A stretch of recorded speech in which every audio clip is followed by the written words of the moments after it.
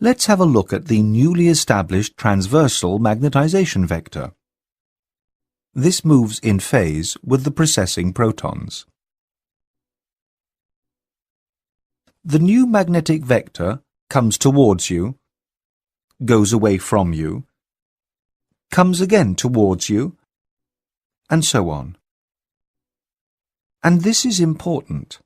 The magnetic vector, by constantly moving, constantly changing, induces an electric current. We've talked about the opposite already. The moving electrical charge of the proton, the electric current, induces the proton's magnetic field. This also is true the other way round. A moving magnetic field causes an electric current, for example, in an antenna.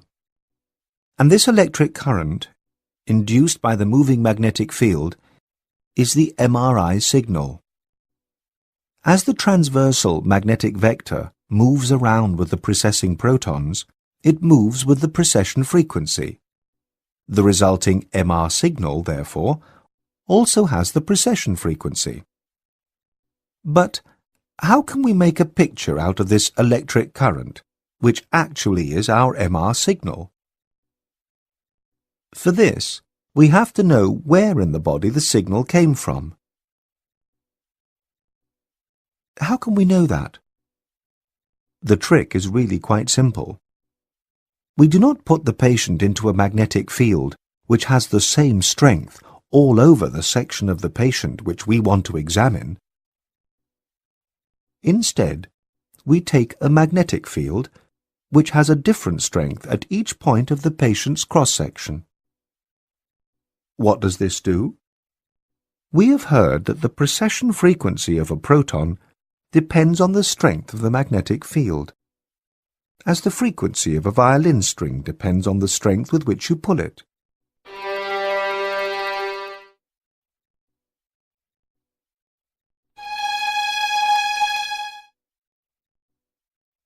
If this strength differs from point to point in the patient, then protons in different places precess with different frequencies.